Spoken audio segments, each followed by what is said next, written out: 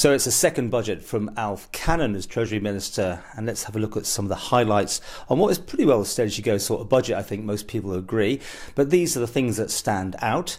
And personal income tax allowances up £750 to £13,250. That's 1,700 people apparently taken out of the tax system. Taxpayers will get up to £300 per couple or £150 for singles. That will make them better off. Child benefits, they go up by 3.3%. Now that's just under the current inflation level.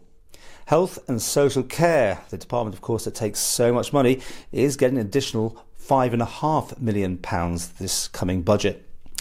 A 5-year capital investment programme of over £400 million, which includes the replacement of Castle Rushen High School, an extension to the QE2 Science and Technology block, and the National Glens and Footpaths Improvement Programme.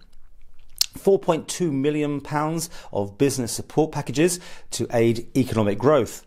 A 10% increase in the rate of nursing care contributions, more pension freedoms, government staff pay capped at 1% but rising to 2% from 2019 to 2020 where needed.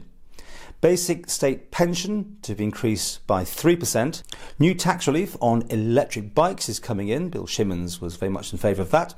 And finally, of course, the sugar tax has been pushed back by a year. And to talk more about what is in the budget, here's Dave Parsons from KPMG. David, you're obviously a tax man, so let's deal with that first of all. Pretty steady as she goes sort of budget. How do you sort of sum it up?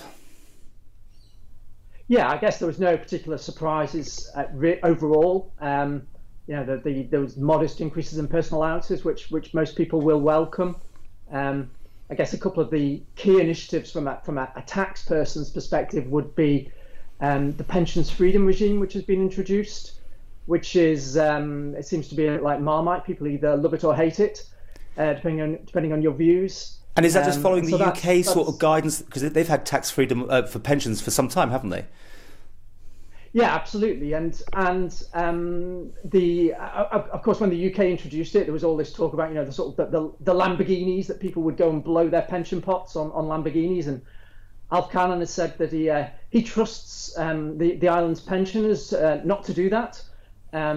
It still remains relatively controversial as to whether or not pensions freedom is a good idea. But the island has introduced what appears to be a relatively sensible approach to pensions freedom. And there seems to be more money in the kitty than they thought. The tax revenues were up. Yeah, and I guess that's reflective of overall economic activity on the island, which continues to be a good news story. So that's got to be welcomed, and that's got to be the way to improve the island's finances, increasing tax revenues whilst controlling expenditure. Is the Isle of Man still a good place for people to do business in compared with other jurisdictions? Yeah, no, absolutely it is. I mean, there's more and more focus now on substance, and I think he opened his budget remarks with comments about an island of substance.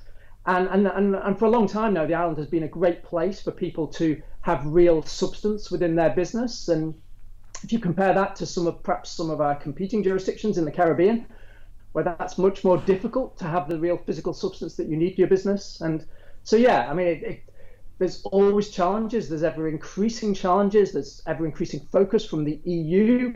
But then that's been the case for the last 15 or 20 years. So, yeah, very much so a good place to do business. Okay, and as I said, you're a taxman, so what other things have attracted you or, raised your eyebrows or whatever with that budget? Yeah, I mean, there wasn't a huge amount. I guess there's a provision they're introducing that's it's a targeted anti-avoidance provision, which it's connected to the sort of 0% taxation for companies and some perceived abuses by local residents of the 0% regime. And so that will impact on a number of people, no doubt, that may have done things that the tax office don't like from a tax planning perspective in recent years. But beyond that, I think probably the key, the most fundamental matter will be the VAT review of spending that's going to take place over 2018-19, because that could have a very, very material impact on overall government finances. Well, they're hoping to bring in more VAT, I presume, aren't they? That's what they're hoping. Oh, yeah, of course they're hoping to get more revenue, I guess, but nobody knows at this stage how that will pan out.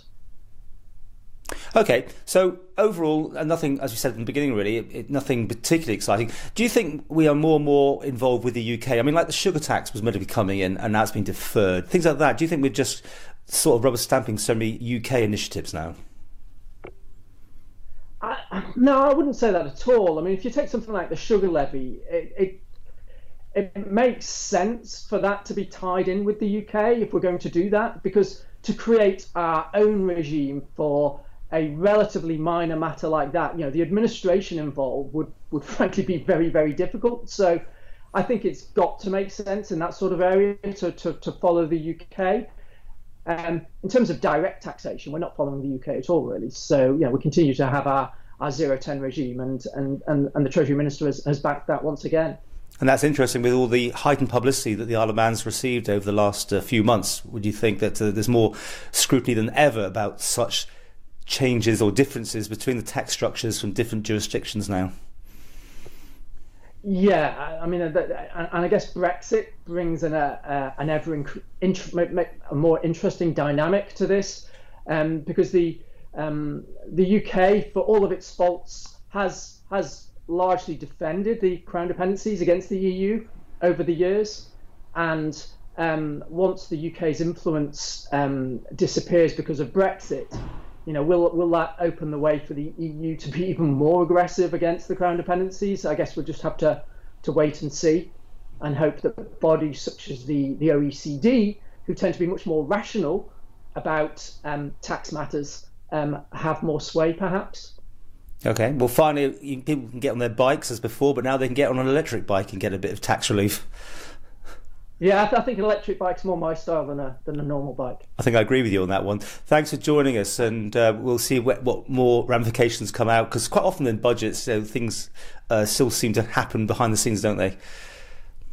Yeah, that's the case, and in particular in relation to that anti-avoidance provision that I mentioned, there could be some fallout from that when we get into the detail. That means that some situations that the Income Tax Division perhaps weren't expecting to catch could be caught. So we will need to look at that more closely.